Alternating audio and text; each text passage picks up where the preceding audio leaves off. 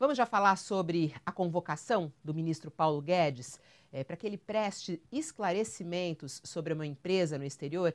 Ontem à noite, ao ele sair de um evento, ele disse que está super tranquilo com esse depoimento que ele vai ter que prestar lá, esse esclarecimento que ele vai ter que prestar lá na Câmara dos Deputados. Vamos já chamar nosso colunista de política? Vem para cá, Josias.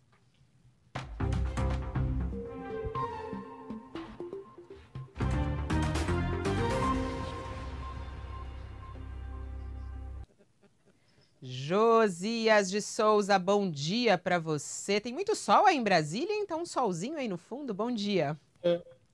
Tá bem sol aqui, sim. Bom dia, Fabiola. Bom dia a você, bom dia a todos que nos acompanham. Fiquei muito impressionado com a declaração do Paulo Guedes de que está tranquilo, né? É uma tranquilidade cenográfica. O Centrão se uniu à oposição para fritar o Paulo Guedes. O processo culinário traz pelo menos duas inovações. A primeira é que os aliados do governo queimam o ministro da Economia na sua própria gordura. Eles utilizam para essa fritura os 9,5 milhões de dólares que o Paulo Guedes enviou para o exílio dourado de um paraíso fiscal. A segunda novidade é que o Arthur Lira, presidente da Câmara e principal mestre cuca do Centrão, frita o ministro mais importante do Bolsonaro sem tocá-lo. A convocação do Paulo Guedes para prestar esclarecimentos no plenário da Câmara foi aprovada por 310 votos a 146, numa sessão em que o Lira, em viagem, se ausentou. Mas nem as almas mais ingênuas de Brasília imaginariam que seria possível reunir 60,4% dos 513 deputados com assento ali no plenário da Câmara, ao redor de uma frigideira, sem o aval do presidente da Câmara, do presidente da Casa. A hipótese de Paulo Guedes sair ileso dessa gordura quente é inexistente.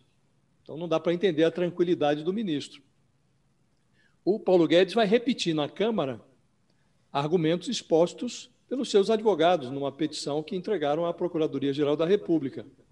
Alega-se que o ministro se afastou da gestão da sua empresa offshore nas Ilhas Virgens Britânicas antes de virar ministro. Em dezembro de 2018, ele teria se afastado.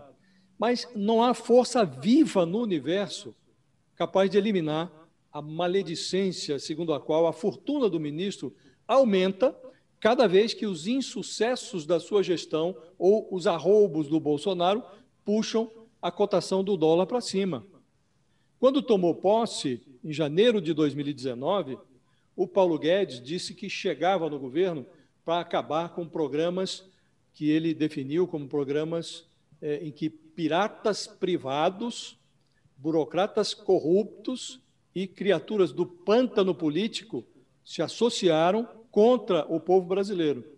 Hoje, operando num modo eleitoral, o ministro perdeu o respeito do pedaço do setor privado avesso à pirataria.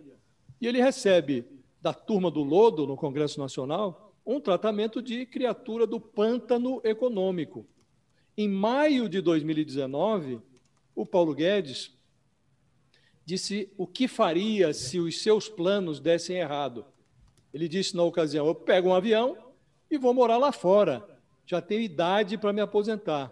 Agora, o ministro, já bem passado, continua no cargo, mas os seus dólares, que já foram morar lá fora, estão aguardando pelo ministro no exterior.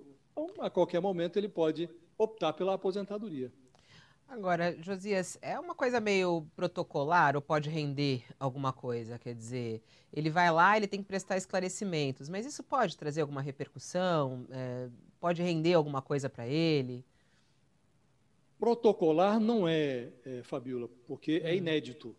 Nunca um ministro da Fazenda foi convocado, e aí é uma convocação mesmo, vale como uma intimação para prestar depoimento, ser inquirido no plenário do Congresso. Isso já aconteceu em comissões, o próprio ministro foi convocado, Paulo Guedes, em 2 comissões na Câmara, por conta deste episódio do patrimônio guarnecido no paraíso fiscal. Agora, inclusive, as comissões devem desistir da convocação para privilegiar esta convocação do plenário. Então, não é uma coisa inofensiva. E, como eu dizia, ainda que o ministro não enfrente problemas jurídicos, porque isso dependeria de uma vontade inexistente do Procurador-Geral Augusto Aras de denunciar o ministro no Supremo Tribunal Federal, não parece haver essa disposição do Procurador-Geral, mas ainda que ele não enfrente complicações jurídicas, politicamente ele está derrotado. Como disse, ele está na frigideira e já está bem passado, e não é de hoje. E é muito sintomático que o presidente Bolsonaro reaja a essa fritura do seu ministro com o silêncio. O presidente ajuda a diminuir a estatura do ministro.